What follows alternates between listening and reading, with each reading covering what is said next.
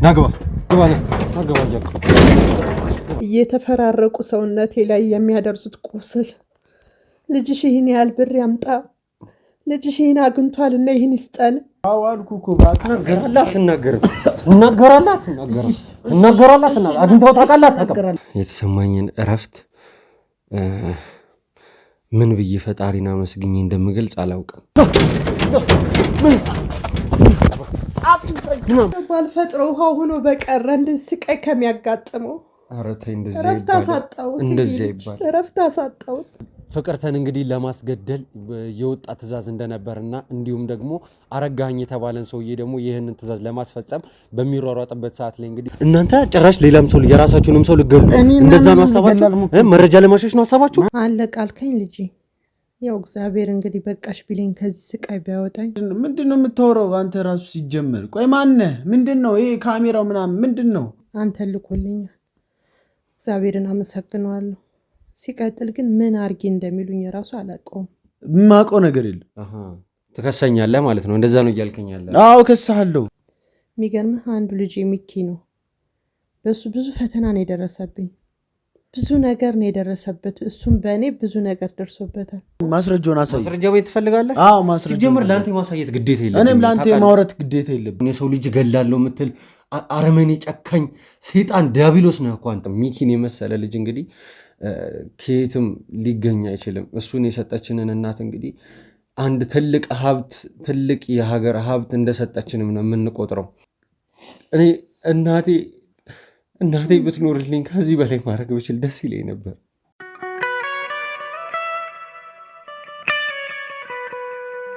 ውድ ቤተሰቦች እንግዲህ በድጋሚ ተመልሰናል። ያው ቅድም በመግቢያ ላይ እንደነገርኳችሁ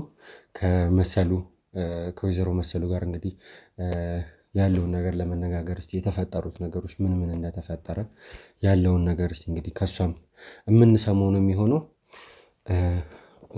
እናቴ መሰሉ ያው በመጀመሪያ የተሰማኝን ደስታ የተሰማኝን እረፍት ምን ብዬ ፈጣሪን አመስግኜ እንደምገልጽ አላውቅም። ለዚህ ያደረሰን አምላካችን እግዚአብሔር ይመስገን። ምንም የከፋ ጉዳት ከዚህ የበለጠ የከፋ ጉዳት ሳይደርስባት እንግዲህ እዚህ ቦታ ላይ ለማስቀመጥ አግኝተን እንደዚህ ንግግር ለማድረግ እንግዲህ በቅተናል ማለት ነው። ቤተሰቦች ፈጣሪ ይመስገን፣ አምላክ ይመስገን ነው የምንለው። ሁላችሁም በየሃይማኖታችሁ ስትጸልዩልን አይዟችሁ በርቱ ብላችሁ ስትደግፉ እንደነበረ የምናውቀው የምናስታውሰው ነገር ነውና የሁላችሁም ጸሎት ደርሷል። እንኳን ደስ አላችሁ፣ እንኳን ደስ አለን ማለት ፈልጋለሁ ለሁላችንም ማለት ነው። ስትጸልዩልን ለነበራችሁ አይዟችሁ በርቱ ጎብዙ ብላችሁ ስትደግፉንም ለነበራችሁ ቤተሰቦች እንግዲህ ከልብ እናመሰግናለን።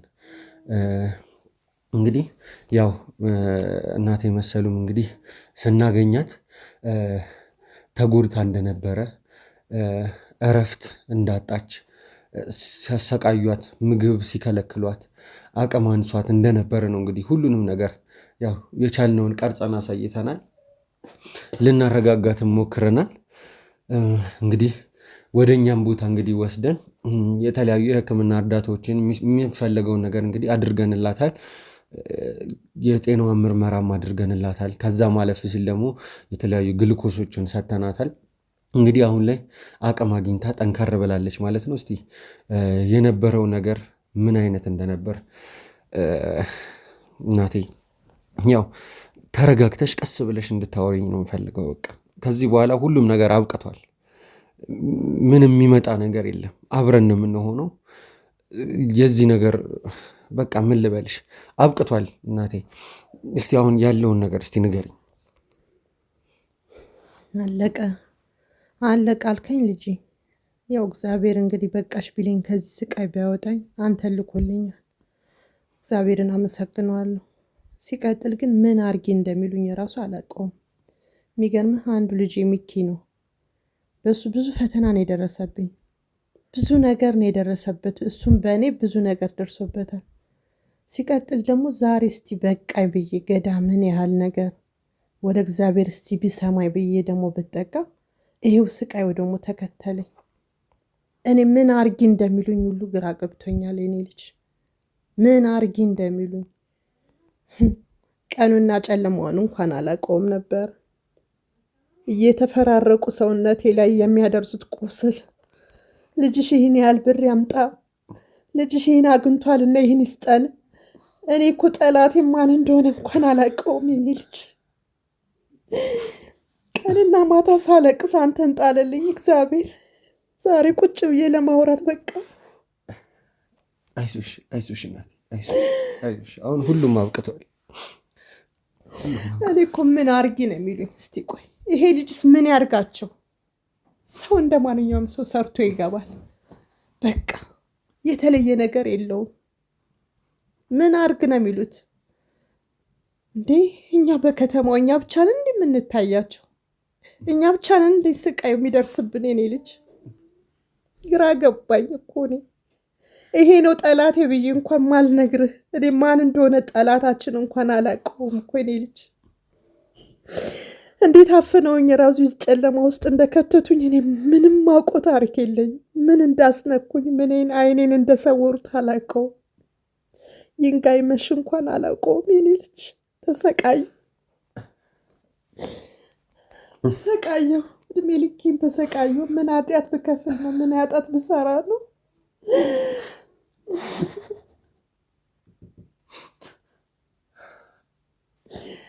ከባድ ጊዜ እያሳለፍኩ ነው ያለሁት።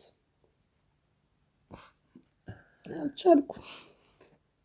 አይዞሽ እናቴ አይዞሽ። አሁን ሁሉም ነገር አብቅቷል። ይሄ ሁሉ ስቃይ ለእኔ ደረሰ። እሱስ በምን ሁኔታ እንዳለ እንኳን አላውቅም የኔ ልጅ። ምን ውስጥ እንዳለ እንኳን አላየሁትም እኮ። አይዞሽ። ስለሱ ፍንጭ እንኳን መስማት አቃተኝ እኮ። የሰማሁት ነገር እንኳን የለም። አንዱ ልጅ ተሰቃየ፣ በእኔ የተነሳም ተሰቃየ። እሱስ በምን ሁኔታ ነው ያለ? እስቲ ንገረኝ። አይዞሽ አሁን አንቺ ተረጋጊ። ያው ሚኪ አሁን ላይ ትንሽ ተረባብሾ ነው ያለው። ማለት የተፈጠረው ነገር አስጨንቆታል። በቃ ምን ልበልሽ፣ አንቺንም ሊፈልግሽ ወጥቶ ገዳም ድረስ ሄዶ ነበር። የተፈጠሩት ነገሮች በቃ ከምልሽ በላይ በጣም ውስብስብ ነገሮች ናቸው የተፈጠሩት። ይሄ ነው ብዬ አሁን በዚህ ሰዓት ላይ አስረድቼሽ ደግሞ ጭራሽ ስሜትሽንም መጉዳት አልፈልግም። ወይኔ ልጅ አይዞሽ። ምነው ባልፈጥረው ውሃ ሆኖ በቀረ እንደዚህ ስቃይ ከሚያጋጥመው።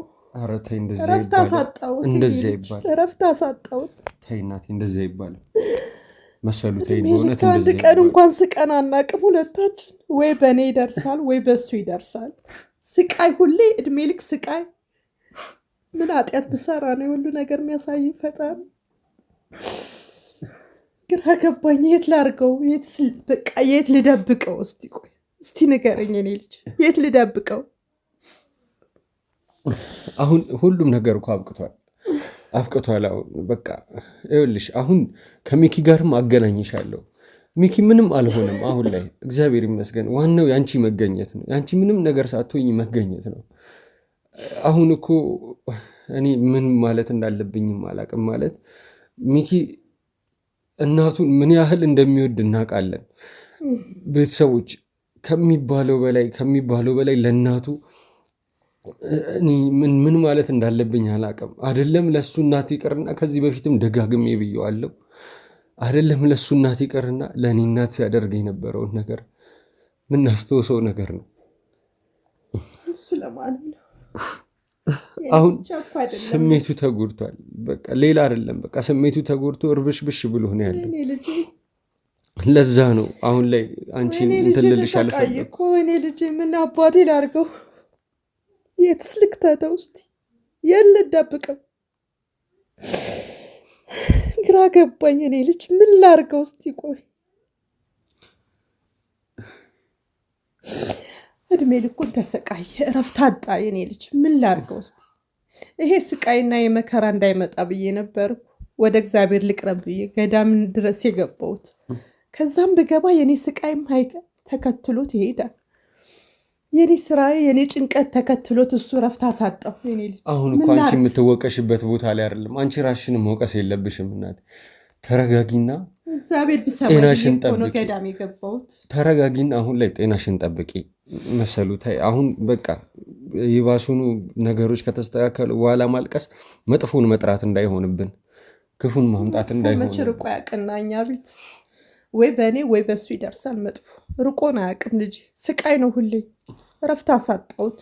አውቃለሁ ብርታት ያለው የሚችል ሰው ነው እንግዲህ የሚፈተነው። ይሄ የፈጣሪ ፈተና ነው፣ ምንም ማድረግ አይቻልም። ግን የመጣውን መመለስ ባለበት መልኩ እንመልሳለን። ምንም ነገር ቢሆን አይደለም ይሄ ይቅርና እኮ ያው የሚታወቅ የምታስተውሽው ነገር ነው። አንቺ ማለት ወደኋላ አንስቼ ስሜታዊ መሆን ልክ ላይሆን ይችላል፣ ግን በህይወት መገኘት መቻልሽ ራሱ አንድ ነገር ነው። እናቴ በእውነት የሚኪ እናት ማለት የኔም እናት ማለት ነች። አንቺም የኔም እናት ማለት ነች። ታውቂያለሽ እኔ እናቴ እንዳረፈች ታውቂያለሽ።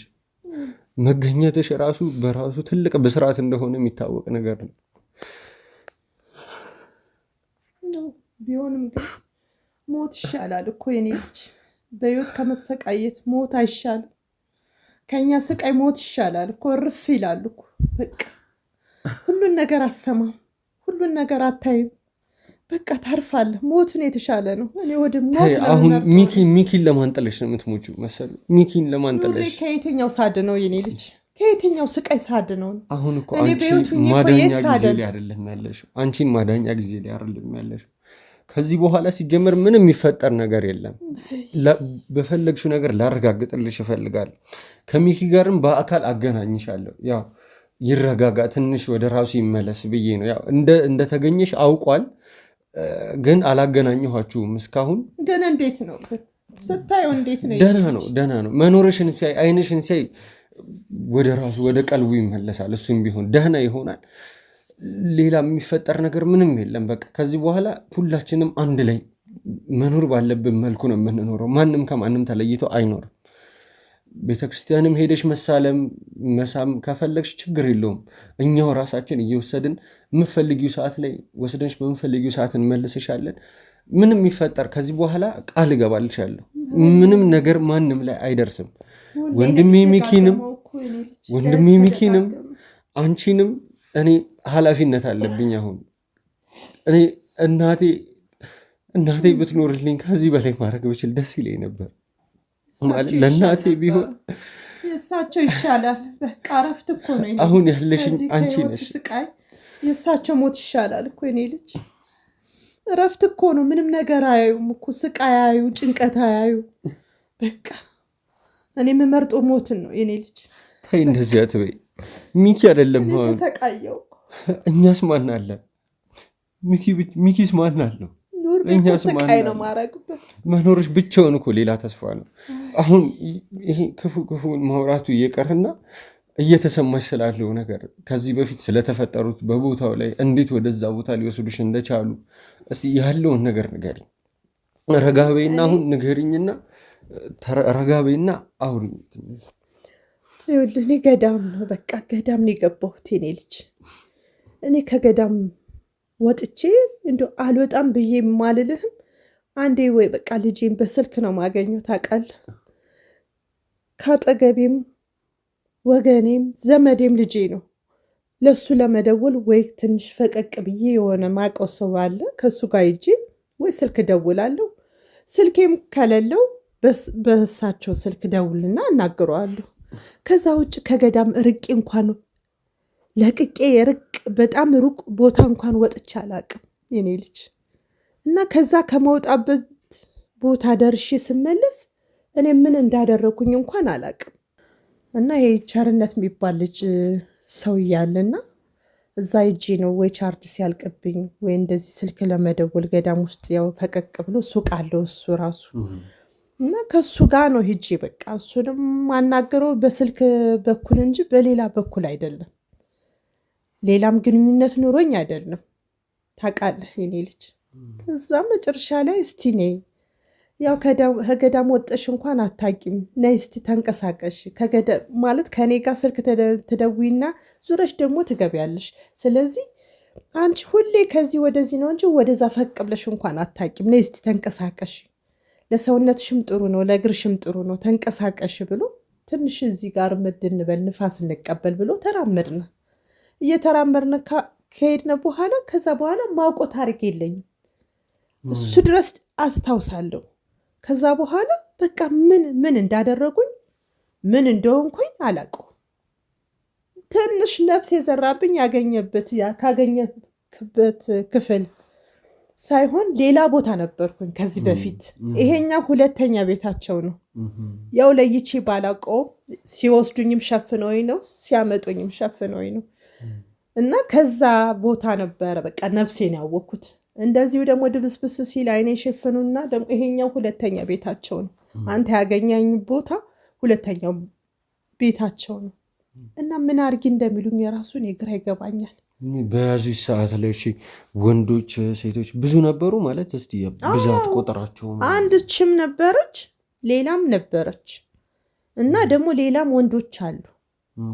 ያው ለይቼ ባላውቅም እችን ነው በደንብ እዚህም ቁጭ ብዬ ምንድነው ምናምን እያልሽ የምጠይቀኝ ይችኛዋን ነው ምለያት።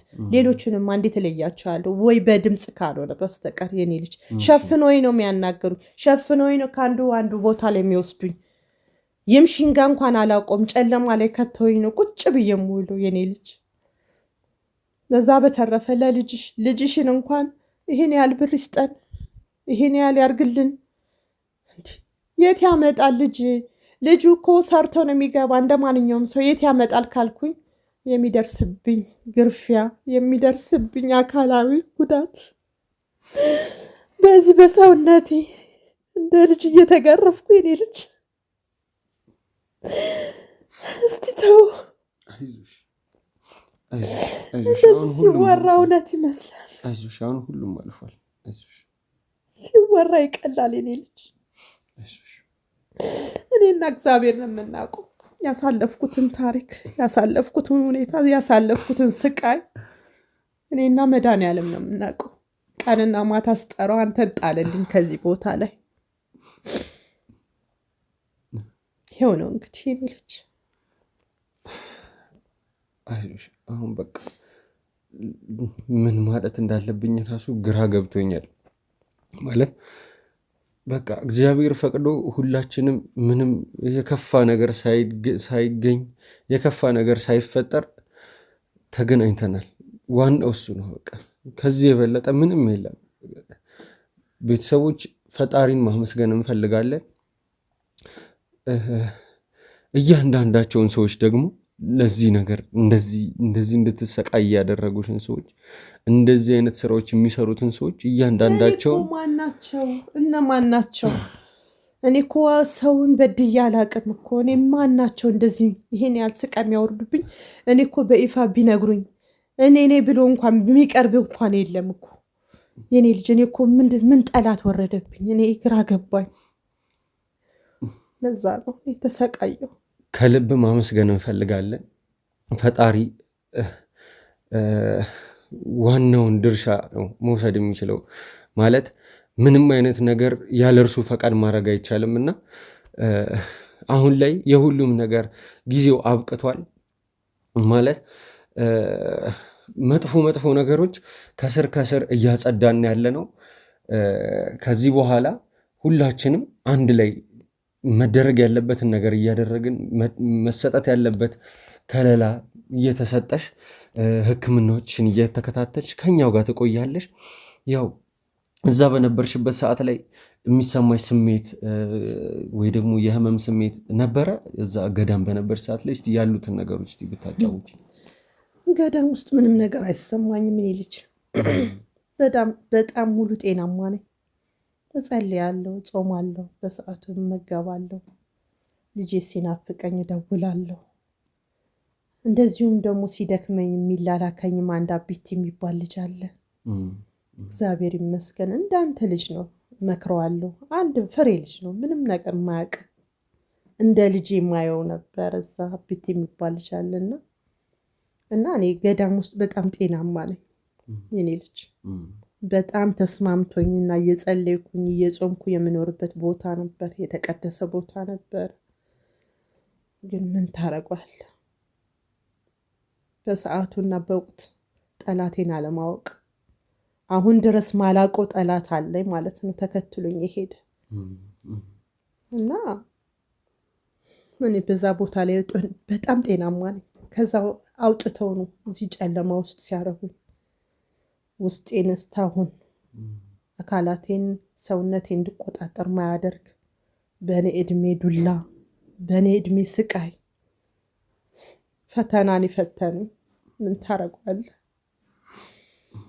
እንጂ እኔ ሙሉ ጤናማ ነኝ። እኔ ገዳም ውስጥ ምንም አልጎደለብኝም። አይርበኝም፣ አይጠማኝም፣ አያመኝም። ጤናማ ነኝ በጣም። ከዛ ከወጣው በኋላ ነው እነዚህ ዘንድ እጃቸው ውስጥ ከተቱኝ በኋላ ቀንና ማታውን ጨለማውን ይንጋይምሽ እንኳን ማላቅበት ቀን ነበረ። በዛ ወቅት እኔ ቀኑን በሙሉ ውዬ አንድ ማዕድ ነው የምቆርሰው ነበር ገዳም ውስጥ። የሚገርም ራቡን ችዬዋለሁ፣ ራቡን ተቋቁሜዋለሁ። ግን በእኔ እድሜ ሲሰነዝሩ ሲቀጠቅጡኝ ይሄ ነው አልልህም። እኔና መድኃኒዓለም ነው የምናውቀው። የኔ ልጅ ከባድ ጊዜ ነበር ያሳለፍኩት። አሁን ያ ሁሉ ድል አልፎብኝ ሰውነቴን መቆጣጠር አቃተኝ የኔ ልጅ። ከዚህ ስነቃ ደግሞ ልጅ ያሳዝነኛል። በእኔ የተነሳ ሲደርስ ስቃይ እረፍት ማሳጣቱ እፎይ ሳይል እንደ ጓደኞቹ ሳይስቅ እስካሁን ስቃይ ላይ ሁሌ በዚህ እድሜው ስቃይ ላይ ማሳለፉን እግዚአብሔርን አማረዋለሁ። ምን አጠፋው እያልኩ ቀንና ማታ አለቅስለታለሁ። ከባድ ጊዜ ነው የምናሳልፈው እኔ ልጅ። አይዞሽ አሁን ሁሉም ነገር አልፏል። የሁሉም ነገር መጨረሻው ነው ማለት የምፈልገው ነገር ቢኖር ቅድምም እንዳልኩት ነው። ከዚህ በኋላ ከኛው ጋር ትሆኛለሽ። መደረግ ያለበትን ነገር እናደርጋለን። ከሚኪ ጋርም አገናኛችኋለሁ። ያው ትንሽ ይረጋጋ፣ ወደ ራሱ ይመለስ። ጥሩ ስሜት እየተሰማው አልነበረ ማለት አንቺን ሲፈልግ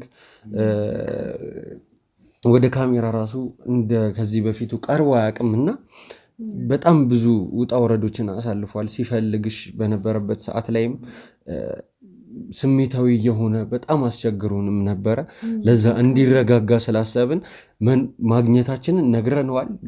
ግን ትንሽ ይረጋጋ ብለን ስላሰብንም ጭምር ነው አሁን ላይ ያላገናኘሁሽ። ችግር የለውም፣ ከሱ ጋርም አገናኝሻለሁ።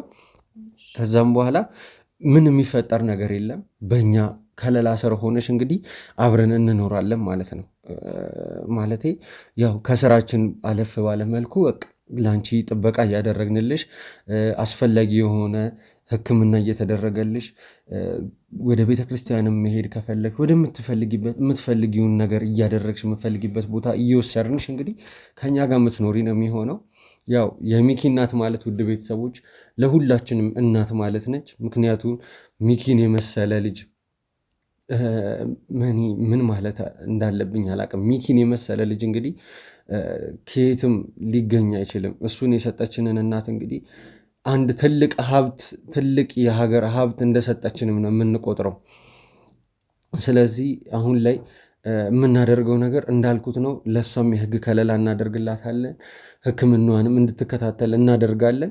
ከሚኪ ጋርም እንግዲህ አገናኛችኋለሁ ማለት ነው። እስቲ መጨረሻ መናገር የምፈልጊው ነገር ካለ?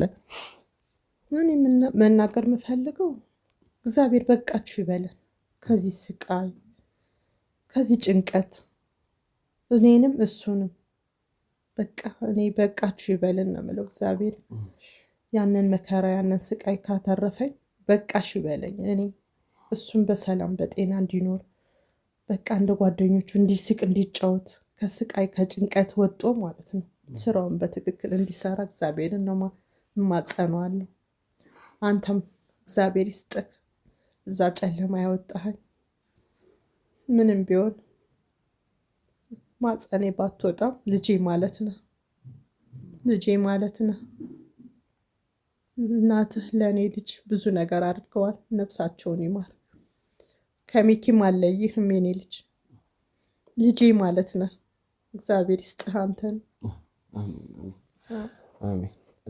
ስለዚህ እንግዲህ አንቺም ያው እረፍት ማድረግ ስላለብሽ እንግዲህ አሁን ላይ ያው ያሉትን ነገሮች እንግዲህ ወደ ቤተሰቦች ከሚኪ ጋርም እንግዲህ ሳገናኛቸው ያለውን ነገር ማሳያችሁ ይሆናል። እስከዛው ቸር ቆዩን።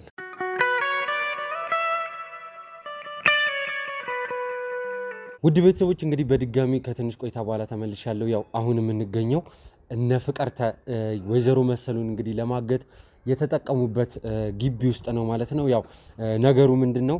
በራሳቸው ጉድጓድ በቆፈሩት ጉድጓድ ነው እንግዲህ የምናሰቃያቸው ማለት ነው። ምን ለማለት ፈልጌ ነው? ለማገት እነሱ ሌላን ሰው ለማሰቃየት በተጠቀሙበት ግቢ እነሱን ራሳቸውን እንግዲህ መልሰን የምናሰቃያቸው ነው የሚሆነው ማለት ነው። ፍቅርተን እንግዲህ ለማስገደል የወጣ ትዕዛዝ እንደነበርና እንዲሁም ደግሞ አረጋኸኝ የተባለን ሰውዬ ደግሞ ይህንን ትዕዛዝ ለማስፈጸም በሚሯሯጥበት ሰዓት ላይ እንግዲህ በቁጥጥር ስር መዋላችን የሚታወስ ነው። ውድ ቤተሰቦች እንግዲህ ይህንን ሰውዬ እንግዲህ አሁን እዚህ ቦታ ላይ አምጥተን ለናንተ ያለውን ነገር ለማሳየት ማን አለቃው እንደሆነ ይህን ነገር በማን ታዞ ሊያደርግ እንደነበረ ያለውን ነገር በሙሉ የምናውጣጣው ነው የሚሆነው። ያው የሁሌም ስራችንን ነው እንግዲህ የምንሰራው። አሁን መኪና ውስጥ ነው ያለው፣ ሄደን እናመጣዋለን ማለት ነው። እስከዛው ጠብቁኝ።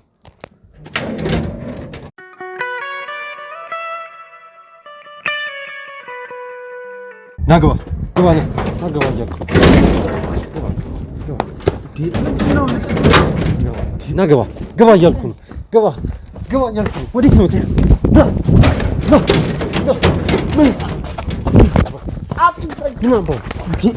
ወዴት ልታመልጥ ነው? ወዴት ልታመልጥ ነው? ልታመልጥ ነው? የት ልታመልጥ ነበር? ሰው እኮ የት ልታመልጥ ነበር? ትሰማኛለህ? እናንተ ጭራሽ ሌላም ሰው የራሳችሁንም ሰው ልገሉ እንደዛ ነው ሀሳባችሁ?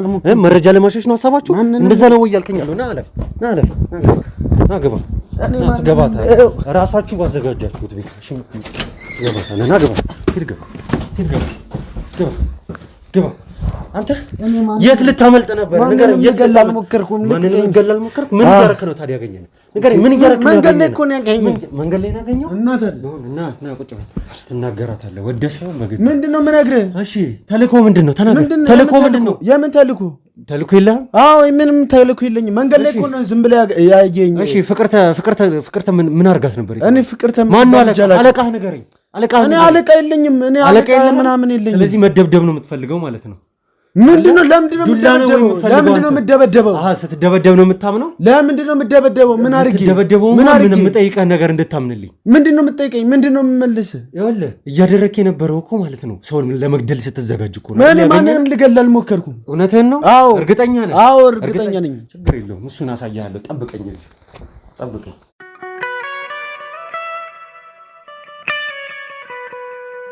ስለዚህ አሁን የምትናገረው ነገር የለም። እንደዛ ነው እያልከኝ ያለው? እኔ ምን ልንገርህ? ማን ነው አለቃ? አለቃ ቸርነት ነው? ንገረኝ። ቸርነት ነው የላከ? እሺ መረጃ ጥፋ ተብለህ ነው? የምን መረጃ ነው የማጠፋው እኮ? እና ታዲያ ማን ነው የላከ? ፍቅርተ እንድትገል ማን ነው የላከ? ሰውዬ እኔ ቀልድ አይደለም ያዝኩት። ተናገር። እኔ ቸርነት የምትለውን ሰውዬ እኮ አላውቀውም። ምንድነው ምስኪን ለመምሰል በጣም እየሞከርከን ያለው? አንተም ተዋናይ ነህ ማለት ነው? እንደዛ ነው እያልከኝ ያለው? የምን ተዋናይ? ምንድነው የምታወራው አንተ ራሱ ሲጀመር? ቆይ ማነህ? ምንድነው ይሄ ካሜራው ምናምን ምንድነው? እሺ የምታውቀው ነገር የለም አይደለ? እንደዛ ነው እያልከኝ ያለው?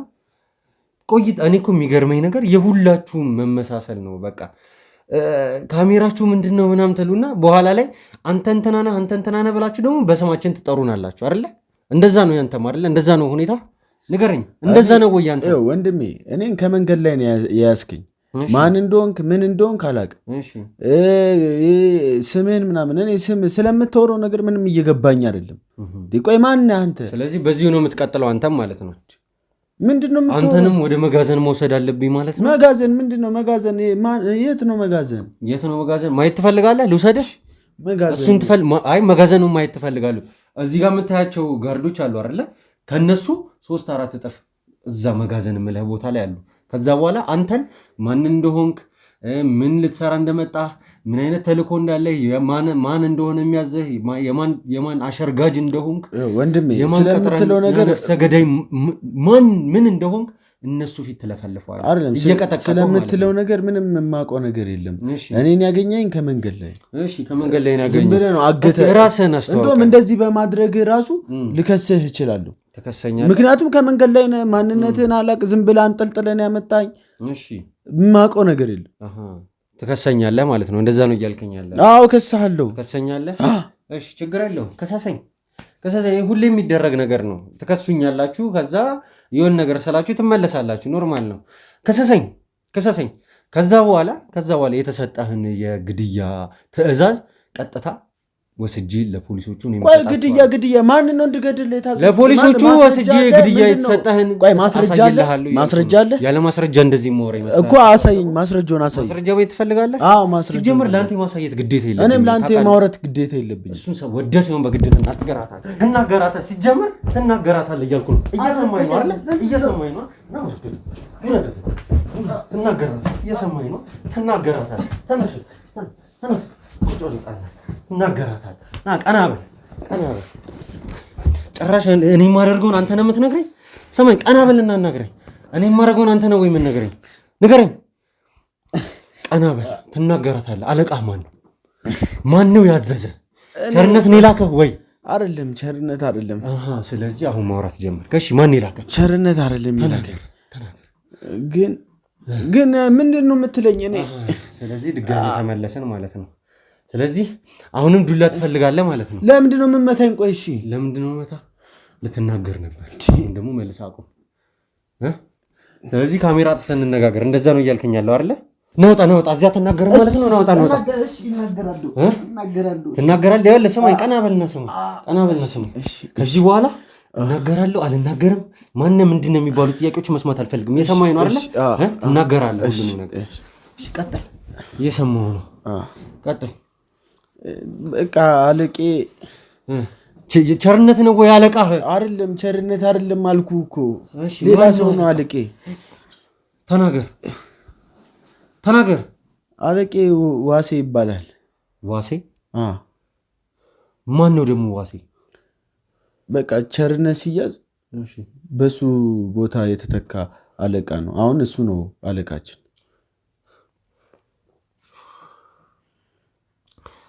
እሺ ትዕዛዝህ ምን ነበር? ተናገር። ትዕዛዝህ ምን ነበር? የታዘዝከው ምንድን ነው? ትዕዛዝ ተናገር። አትቅለስለስብኝ። ተናገር። ሰውዬ ጊዜ የለኝም። ተናገር። እኔን ብነግርህ በቃ ይገሉኛል። እኔ ለህይወቴ እሰጋለሁ። ለህይወትህ ትሰጋለህ? እኛ ከዚህ ቦታ ላይ በህይወት እንደምንለቀ ማን የነገረ? ንገረኝ። እንደምታያቸው እንደዚህ እንደምትሰማው ምናምን ቀላል ሰው እንዳይመስሉ፣ በጣም አይደገኛና በጣም ኃይለኛ ሰዎች ናቸው።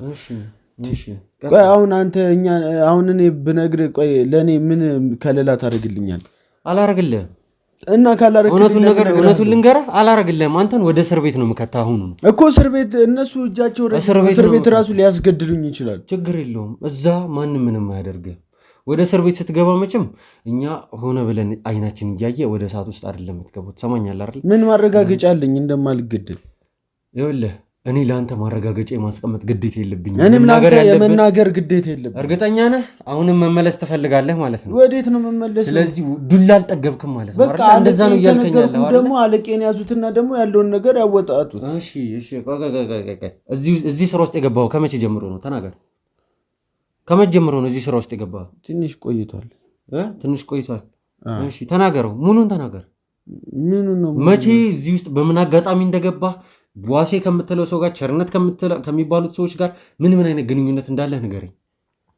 በቃ ትንሽ ቆይቷል። እንዳጋጣሚ ሆነው ቤተሰቦቼን በአደጋ አጥቻቸዋለሁ እና በቃ የምበለው የምጠጣው ሳጣ ብዙ ነገር ልመናም ወጣው፣ ለምኜም አልተሳካልኝም። ምንም አይነት ነገር ላደርግ አልቻልኩም። ከዛ እንዳጋጣሚ ሆኖ ደግሞ ከዋሴ ጋር ተገናኘን። እንደዚህ አይነት ስራ አሰራለሁ፣ ብዙ ጠርቀም ያለ ገንዘብ እሰጣለሁ አለ። እኔም በቃ የገንዘቡ ነገር ስላጓጓኝ ወደዚህ ስራ ገባው። ግን በአጋጣሚዎች ደግሞ የሆነ ነገር ካገኘው በኋላ ለወጣ ሞከርኩኝ። ግን ደግሞ አንዴ እዚህ ስራ ላይ ከወጣ ከዚህ ስራ ላይ ከገባህ ለመውጣት ካሰብክ በቃ እርምጃው ወደ ሞት የሚወስድ ስለነበረ ፈርቼ እዚሁ ስራ ላይ ቀጠልኩ። ምን አይነት ስራዎችን ነበር የምትሰራው? ተናገር። በቃ ብዙ ነገር። ምን ልበልህ? አሁን ወደ መጣለበት ነገር ብነግርህ ይሻላል? የምጠይቀህን ብቻ መልስልኝ። ምን አይነት ስራዎችን ነበር የምትሰራው? በቃ ሰነድ መቀየር፣ ሰው መግደል።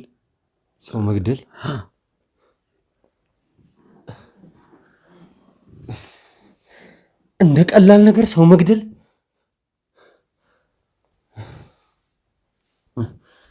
እሺ የመጨረሻ ጥያቄ ጠይቃለሁ። ከዛ በኋላ ጋርዶቹ የሚያደርጉትን ነገር እነሱ ያደርጋሉ። ዋሴ የሚባለውን ሰውዬ የት ነው ያለው? በምንድን ነው ላገኘው የምችለው? ንገረኝ። አላቅም ስልክ እሱ ትእዛዝ አላቅም አትበለኝ። እንዲ አላቅማ ልነግርህ እኮ ነው። ጠየከኛ በቃ እስከምመልስልህ ጊዜ ስጠኝ። በቃ አላቅም፣ ያለበትን አላቅም። እሱ ግን ትእዛዝ ሊያስተላልፍ ሲፈልግ ብቻ ስልክ ይደውላል። እኛ ግን ፈልገ ነው እሱን ልናገኘው ስንሞክር እሱን ማግኘት አንችልም፣ አናገኘው። እሺ ትእዛዙን ሲያስተላልፍ መቼም የሆነ ቦታ ይጠቁማቸዋል። ሰው የሚገደል እና ሰው የሚገደልበት ቦታ ነው እንጂ የሚጠቁመን እኮ እንጂ እሱ ያለበትን ቦታ አይደል። እሺ ገላችሁ የት እንደምታደርጉ አይነግራችሁም? ለምን? በቃ በአካል አግኝተው ታውቃለህ? አታውቅም? በአካል አግኝቼው አላውቅም። እርግጠኛ ነህ አግኝተው አታውቅም? አግኝቼው አላውቅም። እርግጠኛ ነህ? እንደዛ ነው እያልከኝ ያለ? አዎ አልኩህ እኮ። በአካል ትናገራለህ አትናገርም? ትናገራለህ አግኝተው ታውቃለህ አታውቅም? አግኝተው ታውቃለህ አታውቅም? ንገረኝ። እሺ አውቃለሁ ነገር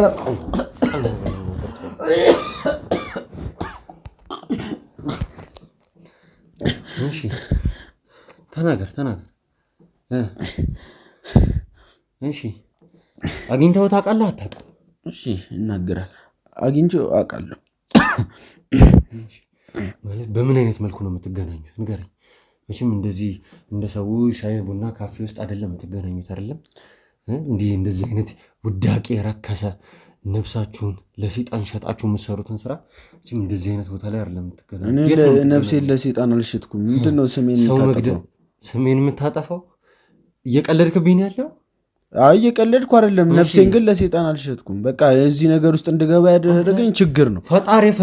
ፈጣሪ በአምሳሉ አክብሮ የፈጠረውን የሰው ልጅ ገላለሁ የምትል አረመኔ ጨካኝ ሰይጣን ዲያብሎስ ነህ እኮ አንተ የምትላቸው ሰዎች። ቆይ አንተ የምትለው ማህበረሰብ እኛ ችግር ላይ ስንወድቅ መሄድ ደረሰልን። አንተ ራሱ ይኸው እንደዚህ ሰው ገደለ ምናምን ሲባሉ መጣህ እንጂ እኛ ችግር ላይ ወድቀን እንደዛ ምንበለው ምንጠጣው ስታጣ አንተ ነበርክ። አያ ሰው ችግር ላይ ስትሆን አይደርስልህም። ለዛ ነው ሰውን መግደል አማራጭ የሚሆነው። እንደዛ ነው እያልከኛለህ። ደግሞ አፈን ሞልተህ ትናገራለህ እንዴ? ና ወደዚህ። አፈን ሞልተህ ትናገራለህ ወይ? ተናገር። ቀና በልና እናግረኝ። አፈን ሞልተህ ትናገራለህ? አፌ ሞልቼ ምናምን በቃ ምንድነው መስማት የምፈልገው ነገር ብቻ ንገረኝ። ይህ ሰውዬ ዋሴ ያልከውን ሰውዬ የት ነው ላገኘው የምችለው? በቃ ብዙ አይነት ቦታ ነው የምንቀጣጠረው፣ ቀጭር ያለበት ቦታ። ስለዚህ አንድ ቦታ የላችሁም ማለት ነው? ጥሩ። እንደዛ ከሆነ እስካሁን የምትገናኙበትን መንገድ እንግዲህ ለእኔ ትነግረኛለህ። እየሰማኝ ነው? ከካሜራ ጀርባ እንዴት እንደምትገናኙ አብረን ወጥመድ አዘጋጅተን ሰውየውን በቁጥጥር ስር እንዳውለው ትረዳኛለህ። እንዴ እንደዛማ ስለምን አደርጋለሁ? አታደርግም? አሁንም ወደ ነበረው ነገር መመለስ ትፈልጋለህ አይደለ? እንደሱ አልፈልግም፣ ግን ደግሞ ህይወቴን አደጋ ላይ ጥዬ ለአንተ የምነግርበት ምክንያት ምንድን ነው? ይኸውልህ አሁን ላይ የአንተ ህይወት አደጋ ውስጥ አይሆንም። ይህን ነገር ልንገርህ። የአንተ ህይወት አደጋ ውስጥ አንተኛ ጋር በመሆነ ማንም ሰው ጫፈን አይነካም። ይሄ ነገር ላረጋግጥልህ እፈልጋለሁ። ሲቀጥል ግን አንተን እኔ እንደዚሁ የምፋታ አይነት ሰው አይደለሁም። ትሰማኛለህ? መቀመቅ ነው መከት። እየሰማኝ ነው? መቀመቅ እከታለሁ። ተነስ፣ ውጣ። አሁን ትናገራታለህ። ና ውጣ።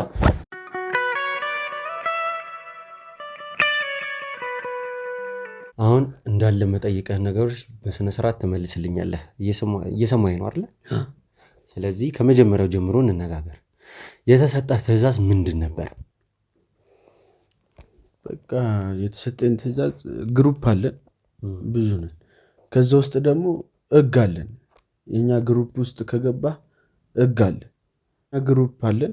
ግሩፓችን ውስጥ ከገባህ መውጣት አችልም። አንዴ ከገባህ ለመውጣት ካሰብክ ትገደላለህ። ሁለተኛ ነገር ደግሞ ሰው እንደዚህ ካስጠቆርክ ማለት እኛ ላይ ጠቆመህ ምናምን እኛ እንድንጋለጥ ካረክ ምናምን ካጋለጥክ ምናምን እሱም ግድያ አለው። እና በቃ እኔ ወደዚህ አካባቢ የመጣሁት ወይ ደግሞ ይህ ስራ የተሰጠኝ ፍቅርተ የምትባላለች እሷ ያገትናትን የያስናትን ሴትዮ እንድትገኝ በማድረጓ እሷ ላይ የግድያ ትዕዛዝ ወጥቶባት እሱን ለመፈጸም ነው እዚህ የመጣሁት። እና በዛ ሰዓት ላይ እሷን በማፈላልግበት ሰዓት ነው አንተ ያገኘኝ። አድራሻዋን አልሰጠሁም ነበረ? አድራሻዋን ሰጥተውኛል፣ ግን ደግሞ ያው የኛ ስራ እንደነገርኩ ከሆነ አንድ ቦታ አይሆንም፣ አንድ ቦታ አትሆንም። አሁን ለምሳሌ እኔ እዚህ አካባቢ እየኖርኩኝ አሁን እዚህ አካባቢ ላይ ሰው እንድገድል ታዝዤ እዚህ አካባቢ ላይ ቤት ተከራይቼ ምናምን ልኖር ይችላል። ከዛ ያ ሰውዬ ከሞተና ጉዳይን ከጨረስኩ በኋላ እዚህ አካባቢ የምኖርበት ምክንያት ምንም የለም። ስለዚህ ወደ ሌላ ቦታ ደግሞ እሄዳለሁ። እንደዚህ ስለሆነ የእሷም የኛ ግሩፕ ውስጥ ስላለች እና ስራዋም እንደኛ ስለሆነ ያው አንድ ቦታ ላይ አትቀመጥም። ስለዚህ እሷ የምትገኝበትን ቦታ መከታተል የኔ ኃላፊነት። ከዛ ተከታትዬ ያው እንደነገርኩ በቃ እሷን ጉዳይ የሚያፈጽም የኔ ስራ። እሺ ከቸርነት ጋርስ በምንድን ነው የምትተዋወቁት? እንደነገርኩ ነው። ቸርነት የበፊት አለቃችን ነበር። ትዕዛዝ ምናምን የሚሰጠን ምናምን እሱ ነበር። ግን እሱ በእናንተ ቁጥጥር ስር በህግ ቁጥጥር ስር ሆኗል። በዛ ሰዓት ላይ በቃ ዋሴ ተተካ። ዋሴ አለቃችን ሆነ። አሁን ከዋሴ ነው ትዕዛዝ የምንቀበለው። መፈጸም ያለብንን ነገር ሁሉንም ነገር የምንቀበለው ከዋሴ ነው። ስለዚህ ዋሴ ነው ያዘዘን። አሁን እቺ ሴትዮ በታገተችበት ሰዓት ፍቅርተ ነበር የእሷን ጉዳይ የምትከታተለው የነበረው። የሚያስፈልጋትን ነገር ምናምን የምትከታተለው የነበረው ፍቅርተ ነበረች። ግን ደግሞ እንደ አጋጣሚ የሆነው ፍቅርተ እሷን አጋልጣ ሴትዮዋ ከኛ እጅ እንድታመልጥና ነፃ እንድትወጣ አድርጋለች። በዚህ ደግሞ ዋሴ ተናዶ እሷን የመግደል ውሳኔ አስተላለፈ። እሺ አንዱ ሌላ ደግሞ የምጠይቀ ነገር ቸርነት ሲያዝ መቼም ቸርነት ሊያዝ እየተደረገ በነበረው ተለይ ቀድሞ መረጃው እንደደረሳችሁ እና ከዛም ልታሸሹ እንደሞከራችሁ ሰምቻለሁ። ይህንን ተግባር ወይዘሮ መሰሉን የማሸሽ ተግባር መጀመሪያ ላይ ተቀምጠበት ከነበረበት ቦታ ላይ ወደ ሌላ ቦታ የማሸሽ ተግባሩን ያደረገው ሰው ማን ነው? ፍቅርተ ብቻዋን ነው ወይስ የሌሎቻችሁም እጅ አለበት? ይህን ስራ ስንሰራ አሁን ለምሳሌ አንድ ስራ ሲሰጠን በስትክክል የሚመራው አለ። ግን ደግሞ ሁላችንም ግሩፕ እስከሆንን ድረስ መተጋገዝ ያለብንን ነገር እንተጋገዛለን። እንደምታስበው ቀላል አይነት ነገር አይደለም የምንሰራው። ስለዚህ አሁን እቺ ሴትዮዋ እንድታሸሽ በቃ ሁሉም ቦታ ላይ እጅ አለን። በቃ የሚነግሩን ሰዎች አሉ ሁሉም ቦታ ላይ። ስለዚህ እናንተ ወደ ቤት መታችሁ እቺን ሴትዮ ልትወስዳት እንደሆነ ሰማን። ለፍቅርተ ነገርናት። ፍቅርተም ከኛ የተወሰነ ሰውም አሉ አብረው ሆነው በመኪና ወሰዷት። ሌላ ቤት ቀየሩ። ያው ስትመጡም አጣቸው። ግን እዛ ቦታ ላይ መውሰድ አልነበረባትም ፍቅርተ። የተሳሳተችው ነገር ይሄ ነው። በእኛ ህግ ደግሞ በቃ ይሄ ነገር ያስገድላል። አሁን ይህንን ነገር ስነግርህም እኮ እኔ እንደምገደል ወይ ህይወቴ ላይ አደጋ እንደሚመጣ እኮ አውቃለሁ።